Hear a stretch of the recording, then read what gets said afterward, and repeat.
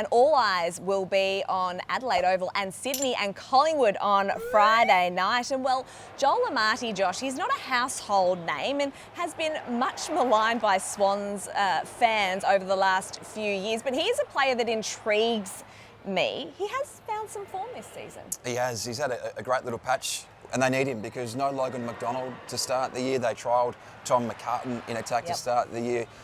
And you go back to his last appearance at this ground last year. Oh, yes. He should have kicked 10. He kicked 9. John Longmire took him off the ground. It was controversial at the time, of course. So he comes back to Adelaide full of confidence and in good form. What would you do, Chad, if you'd kicked 9 goals and the coach made you sit on the bench for the last minute or so of the game? You'd be dirty, wouldn't you? I guess we'll never know. I never got the opportunity, but yes, he was an absolute star. And I just want to speak about some of the things that he's really improved on. Yeah. You spoke to him post-game last Saturday night. Yeah, so I watched their game against North Melbourne and he was really potent. One thing that I really loved about him, he had this real massive tackle and it got him into the game. He actually got a goal from it. But where he's improving, he's averaged 3.3 shots this year and he's converting at a 69% conversion rate at goal. Both are career highs. And I spoke to him after the game. I said, mate, you're looking really comfortable in your set shot routine. Is there anything that you've changed? And he mentioned that he said, you know what, something that I was really focusing on in the off-season, I wanted to slow down my approach.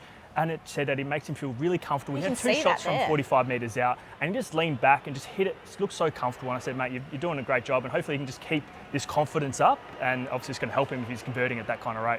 Yeah, actually watching that vision there, you can see him really focused and slowing it down in his mind and in the steps that he's taking. So it'll be interesting to see if he can get some more consistency, of course, throughout 2025. But he might need to give some technique tips, Chad, to his teammate in Peter Laddams because, well, this wasn't Peter's finest moment and you know him well. Just talk me through this. Yeah, it only took me 5 minutes to slide into the DMs and send this to him. I was at the game and I said, me and my best mate, good mates with Peter Laddams, and he said to me, that could be possibly been the worst kick of the AFL career, of his AFL career.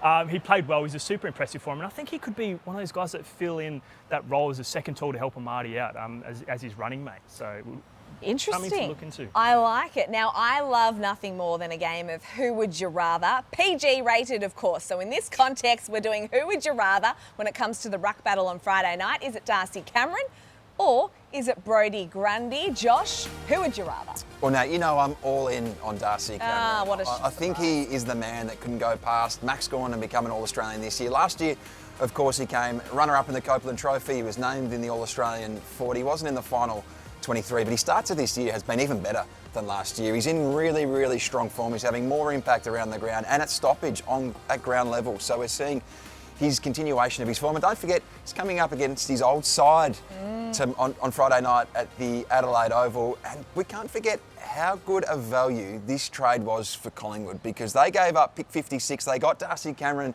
and they also got pick 62. So they just slid back 6 spots to get Darcy Cameron. He's been a star.